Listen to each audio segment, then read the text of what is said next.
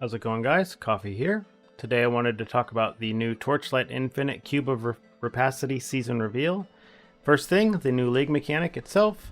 The mechanic rewards you for killing various monsters around the map, and it gives you a chance to gamble towards bigger and better rewards with the chance of losing everything. In addition to the gambling mechanic on this, there is a specific talent tree for the Cube of Rapacity that is going to allow us to specialize the rewards that we are offered and increasing our odds of receiving the rewards that we are trying to aim for.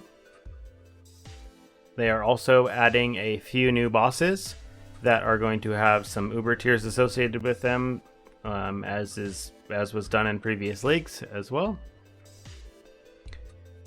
This new league itself is introducing the Statue of the New God, which is an additional talent panel that's going to allow us to further customize and min-max our characters in new and interesting ways using a tangram puzzle to mix and match slates of various sizes and stats. Each divinity slate is associated with a specific talent tree and can hold up to 2 random talent affixes related to that god along with additional stats. They are introducing crafting for divinity slates, similar to bracelets from Lost Ark, which allow you to have a few stats that are locked, and then a few extra slots that will be able to be rolled a limited number of times. And if you end up fully rolling one of these and it ends up being something you don't want, you can break it down in order to get a currency that you can use to get and purchase more random slates. When you are crafting these, there is a small chance for maximum tier mods to be upgraded into the new god specific talent affixes.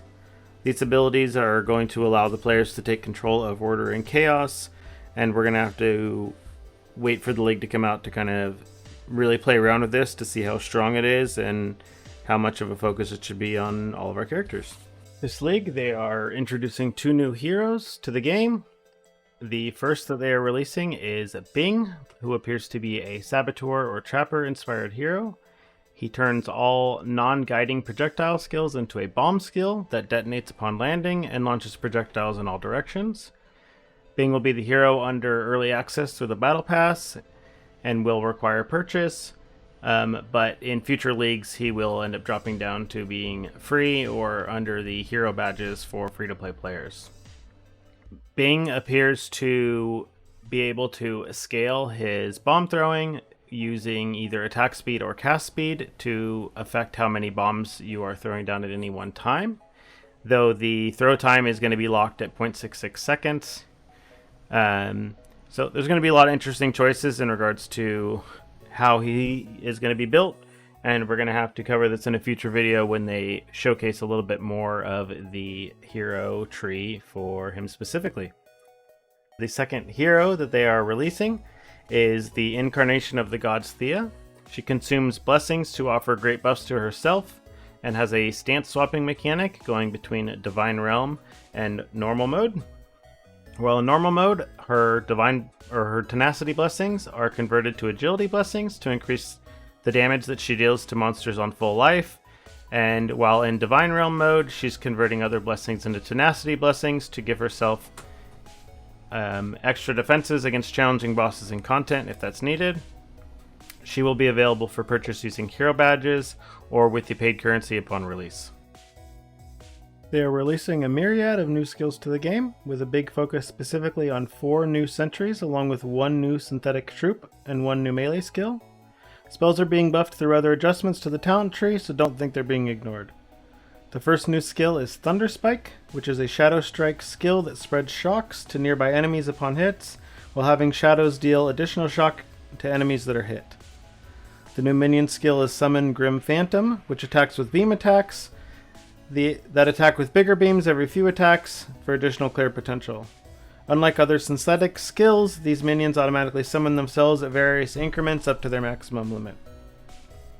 The first sentry being introduced is Ghost Blade Enheriar, which summons a dagger-wielding Enheriar, which inherits the player's multi-strike chance to trigger explosions on the final hit of a multi-strike and gains additional damage based on your multi-strike chance. Additional projectiles will also affect how many monsters are targeted by the sentry. Arrow and Harrier fires a volley of 3 arrows into the sky that allows overlapping damage with the projectiles and deals additional damage the longer they're alive, so be careful about recasting them too frequently. Thundercore fires lightning strikes at nearby enemies and fires additional strikes based on the jump bonus that the player has.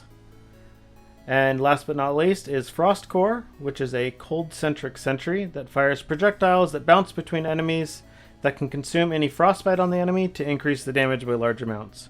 For spellcasters, they are introducing a new support skill, Spell Burst, to automatically cast a barrage of spells in a short amount of time.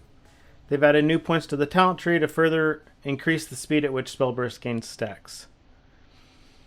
Command is a new skill for synthetic troops that allows you to activate a buff to give your synthetic troop minions a massive burst potential, and there will be items and points on the skill tree that allow you to specialize in your command skill.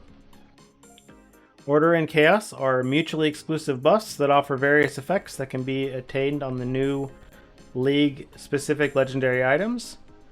Order starts with 100 points, and you lose 1 point and gain 1 Chaos point every second, so this highly incentivizes that you clear maps quickly before you lose your Order stacks. They're introducing new hero relics and traits that can further specialize your character build in various ways, including tapping into Order and Chaos. Crafting is being fully overhauled and revamped to where you will no longer be ignoring all loot on the ground that is not a high-level base. Instead, there will be a new crafting method that makes items with a couple of T1 mods a high-value item to finish crafting on. So we will be picking up items off the ground now with the new setup, which I think is overall going to be better for the game. Every item is going to have a limited amount of plasticity that is consumed upon doing any crafting effects on them. So this is going to give you a limited amount of attempts to get the perfect mods on something that you're crafting.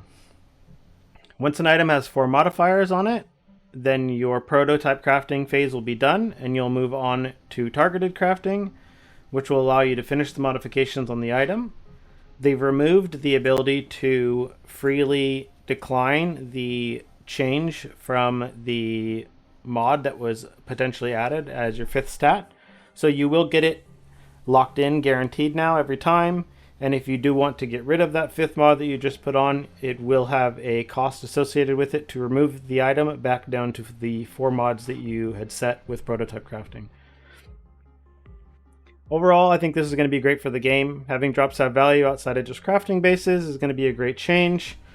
And the new crafting system will have some impacts on the economy and really encourage that we actually be looking at the items that are dropping now and really be picking them up. In addition, they've finally added guilds to the game, and they've allowed you to hover over items with your mouse in order to see the item, so you no longer have to pick it up in order to inspect what it does. I'll be covering the patch notes and balance changes once they reveal, and I'll be going over my league starter from there. So other than that, stay tuned and see you in the next one.